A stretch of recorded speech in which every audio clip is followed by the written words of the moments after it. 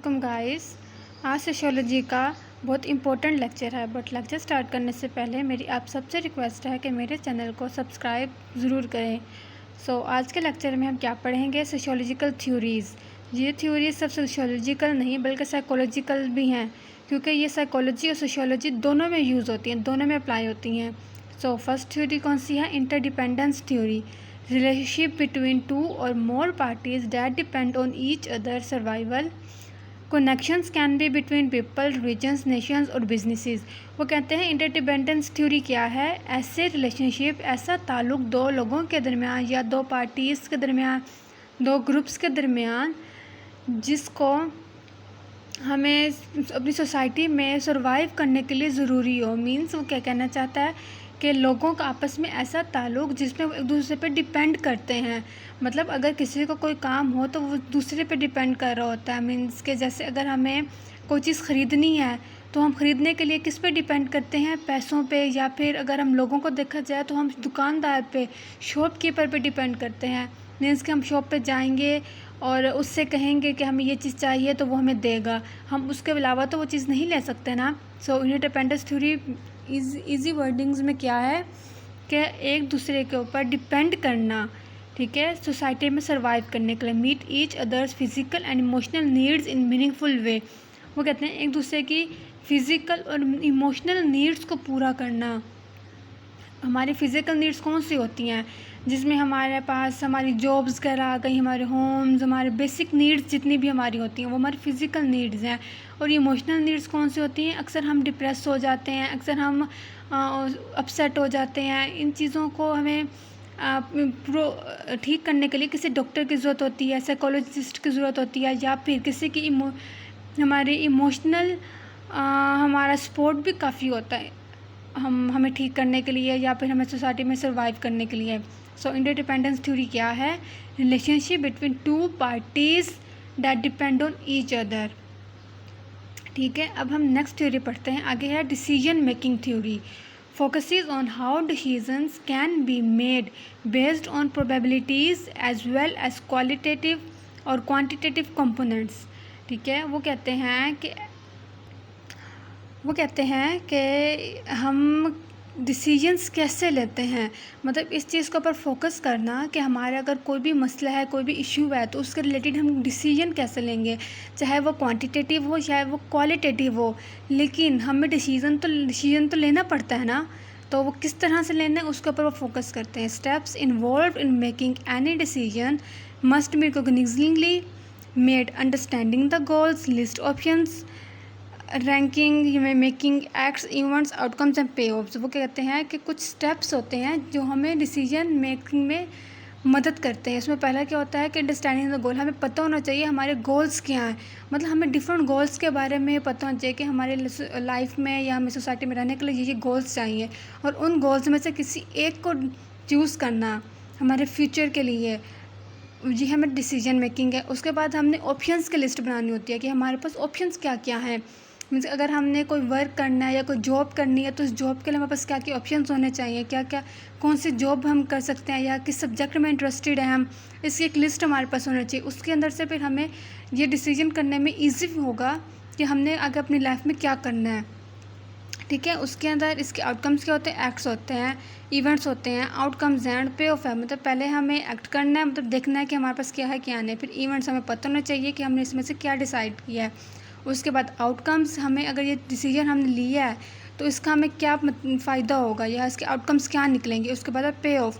उसके पे ऑफ का मतलब ये या तो हमारा वो डिसीजन ठीक होगा या तो वो डिसीजन गलत होगा। उसके बाद नेक्स्ट हमारे पास थर्ड थ्योरी कौन सी है? Cognitive theory. Grounded in the idea that individuals must first understand a concept before they can use language to express it, must develop their cognitive abilities and build their own mental image of world, changing one's thoughts as means to altering feelings and behaviors। वो कहते हैं cognitive theory क्या है? जैसे अब फ़र्ज़ करें, मैं आपको एग्जांपल देती हूँ। एक बेबी होता है, ठीक है। अब बेबी को तो नहीं पता ना वो कहाँ पे रह रहा है, या फिर उसकी लैंग्वेज क्या है, या वो किस घर में पैदा हुआ है, कुछ भी, बेबी को भी कुछ नहीं पता होता, लेकिन वो जैसे जैसे बड़ा होता जाता है वो देखता जाता है, अपने फैमिली को देखता है, अपने इर्द गिर्द का इन्वायरमेंट देखता है, बाहर जाता है, थोड़ा सा और बड़ा होता है तो बाहर के लोगों को देखता है, तो उसके आहिस्ता आहिस्ता कॉन्सेप्ट क्लियर होने लग जाता है। उसको पता चल जाता है कि उसने कैसे बोलना है, कब क्या बोलना है, उसकी लैंग्वेज कौन सी है।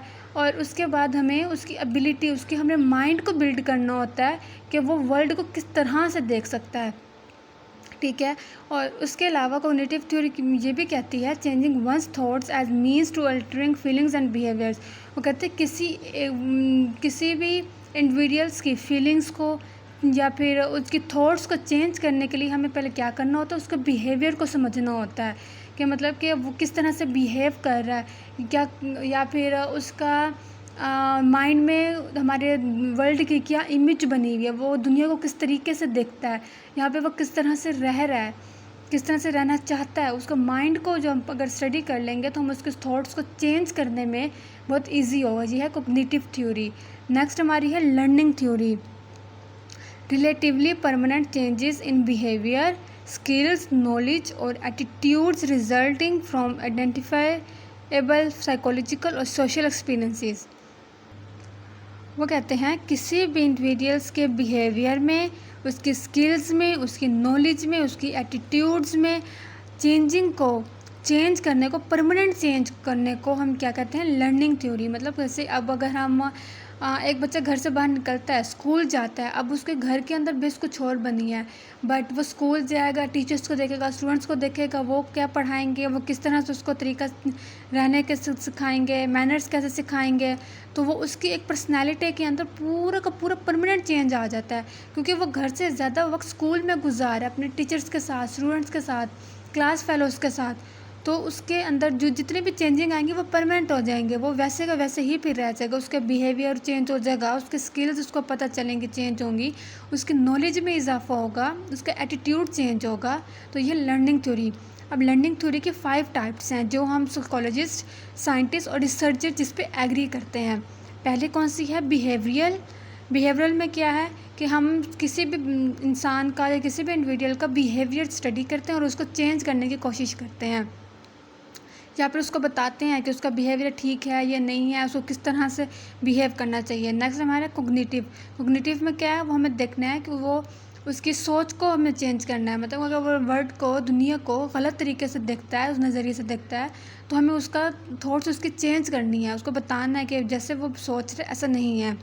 नेक्स्ट क्या है, कॉन्स्ट्रक्टिविस्ट मतलब उसको हमने उसको कंस्ट्रक्ट करना है, मीन्स कि उसका पूरा का पूरा एक मैं तो उसको पूरा मेंटली और फिज़िकली, इमोशनली पूरा का पूरा एक इंडिविजुअल्स को चेंज करना। नेक्स्ट क्या है, सोशल में क्या होता है कि हमें उसको बताना है कि सोसाइटी के अंदर उसने किस तरह से रहना है, अपनी नीड्स कैसे पूरी करनी है, किसके साथ उसको, किस चीज़ पे उसको डिपेंडेंट रहना है, किस चीज़ पे उसको जो इंडिपेंडेंट रहना है, ये सब कुछ उसको समझाना। नेक्स्ट हमारे पास एक्सपीरियंशियल मीन्स कि उसको एक्सपेरिमेंट्स करके दिखाना, बाहर उसको लेके जाना, सोसाइटी के अंदर उसको बताना कि उसको एक्सपेरिमेंट्स के ज़रिए उसको समझाना किसी भी इंडिविजुअल्स को कि उसने सोसाइटी में कैसे रहना, अपनी प्रॉब्लम्स कैसे सॉल्व करनी, अपनी बेसिक नीड्स कैसे पूरी करनी है, लोगों के साथ उसने कैसे अपने रिलेशनशिप्स को बेहतर बनाना है। तो उम्मीद करती हूँ आपको यहाँ तक समझ आई होगी। 5th और लास्ट हमारे पास कौन सी है, मोटिवेशनल थ्योरी।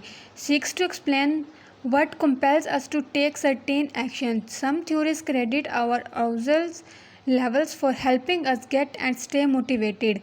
वो कहते हैं कि किसी भी इंसान को मोटिवेट करना, कि मतलब उसके सामने कुछ ऐसे चीज़ें रखना या उसके सामने ऐसे वजूहात उसको बताना कि अगर वो इस तरह से करेगा तो ऐसे हो जाएगा, उसको कभी भी डिमोटिवेटेड नहीं होने देना। मतलब कुछ इंसान होते हैं जो थोड़ा सा काम करते हैं, लेकिन अगर उनको उसमें फ़ायदा ना मिल रहा हो या उनके गोल्स अचीव ना हो रहे हो तो वो डिमोटिवेटेड हो जाते हैं, वो छोड़ देते हैं, कहते हैं इसका कोई फ़ायदा नहीं है, ये हमसे नहीं हो पाएगा, हम नहीं कर सकते। लेकिन हमने उनको यकीन दिलाना है कि वो ये काम कर सकते हैं, उनको हमेशा हर टाइम मोटिवेट करते रहना है। उसके बाद क्या है, main problem with strict motivational theory is that it does not explain all human behaviour. एक American psychologist William James 1800s में वो कहता था कि लेकिन इसमें थ्योरी में एक प्रॉब्लम है। वो प्रॉब्लम क्या है कि हम हर इंसान का बिहेवियर नहीं पढ़ सकते, मतलब हर इंसान का बिहेवियर नहीं चेंज कर सकते, क्योंकि हम सिर्फ वो बिहेवियर चेंज कर सकते हैं जो हम देख रहे होते हैं या फिर जो इंसान हमें दिखाना चाह रहा होता है। हर इंसान को इंट्रोवर्ट नहीं होता या फिर हर इंसान एक्सट्रोवर्ट नहीं होता, कुछ एक्सट्रोवर्ट होते हैं, कुछ इंट्रोवर्ट्स होते हैं। तो हमें देखना पड़ता है कि कौन सा इंसान इंट्रोवर्ट है, कौन सा इंसान एक्सट्रोवर्ट है, तो हमें उस हिसाब से ही उनको चेंज करना पड़ता है। तो इसके अंदर ये इस थ्योरी में यही प्रॉब्लम है, ये भी विलियम जेम्स कहते थे। तो उम्मीद करती हूँ आपको आज का लेक्चर समझ आया होगा। अब हम मिलेंगे अपने नेक्स्ट लेक्चर में सोशियोलॉजी के नेक्स्ट टॉपिक्स के साथ। अल्लाह हाफिज़।